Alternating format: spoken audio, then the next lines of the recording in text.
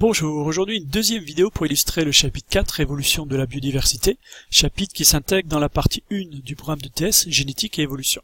Dans une précédente vidéo, on a défini ce qu'on appelait une population comme un ensemble d'individus qui se reproduisent entre eux et qui présentent une grande diversité de phénotypes qui repose sur une diversité évidemment génétique. Alors cette population, on a vu qu'elle n'était pas stable au cours du temps et qu'elle était capable d'évoluer, que la diversité ou la biodiversité de cette population allait évoluer au cours du temps sous l'effet de deux facteurs, la dérive génétique, rappelez-vous, et la sélection naturelle.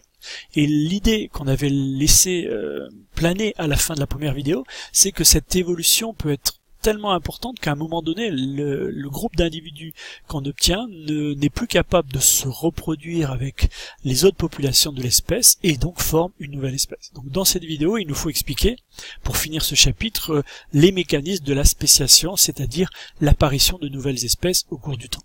Alors il faut déjà essayer de définir la notion d'espèce, c'est pas facile, c'est une définition complexe, alors on peut retenir deux critères pour faire simple. Le critère de ressemblance, où on est dans ce qu'on appelle la définition typologique de l'espèce. Un individu appartient à une espèce et il ressemble au type, à la référence de cette espèce. Alors ce critère ne prend pas en compte justement le polymorphisme et la diversité des phénotypes d'une population. Il ne prend pas en compte aussi le dimorphisme sexuel, c'est-à-dire la différence de forme, de morphologie entre le mâle par exemple et la femelle. Donc c'est un critère qui n'est pas facile à appliquer pour définir l'espèce. Un autre critère peut être choisi, ce qu'on appelle le critère d'interfécondité, et on est dans ce qu'on appelle une définition biologique de l'espèce. C'est l'idée qu'une espèce est une population dont tous les individus peuvent se reproduire entre eux et avoir une descendance fertile.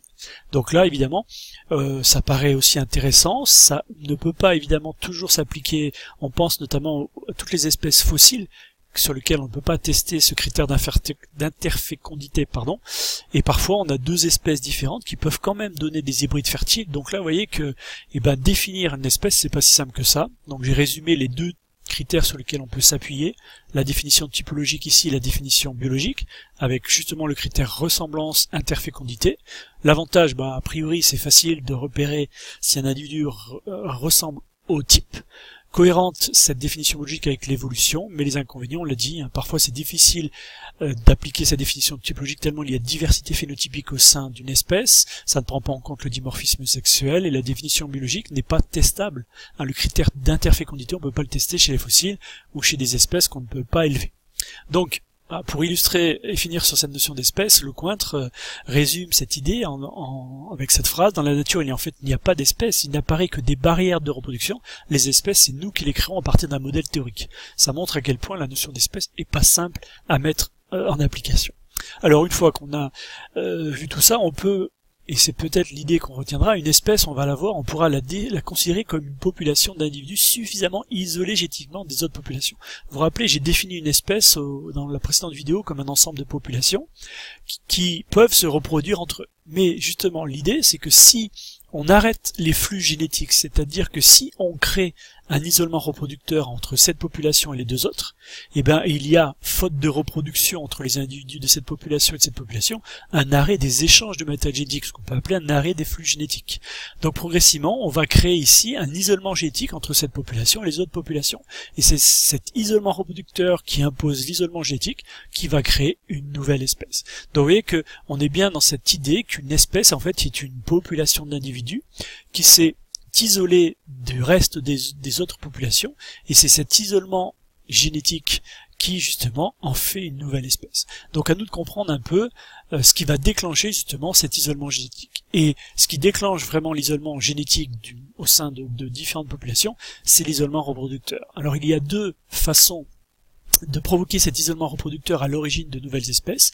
C'est la spéciation par isolement géographique.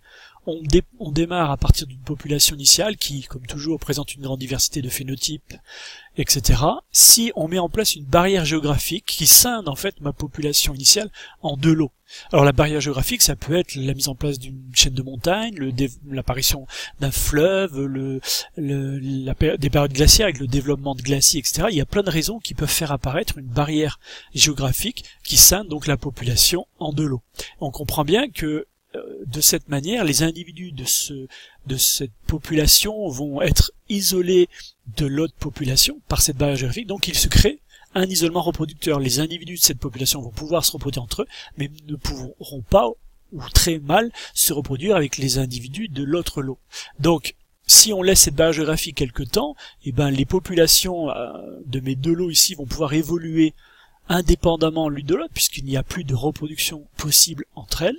Il y a donc, par contre, au cours du temps, dérive génétique et sélection naturelle qui s'installent des deux côtés.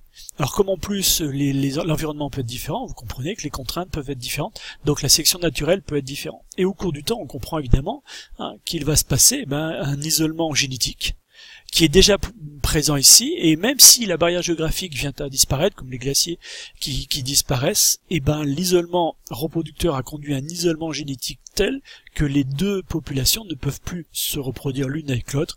On a obtenu donc deux espèces.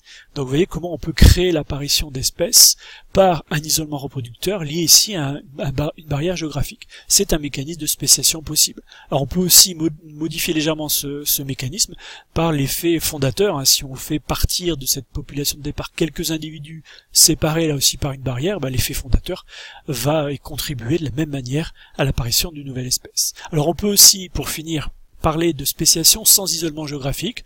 On est au sein d'une population, toujours pareil, avec une grande diversité.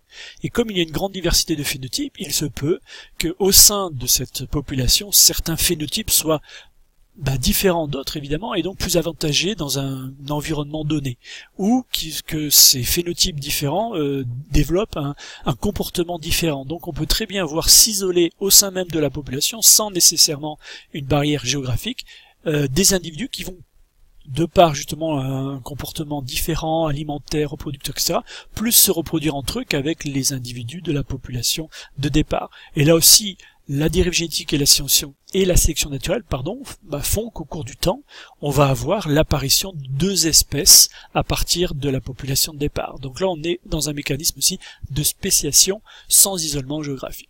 Si je résume ça par cette diapo, au départ, on a une espèce, c'est-à-dire un ensemble de populations capable de se reproduire entre elles et d'avoir une descendance fertile, c'est le caractère biologique.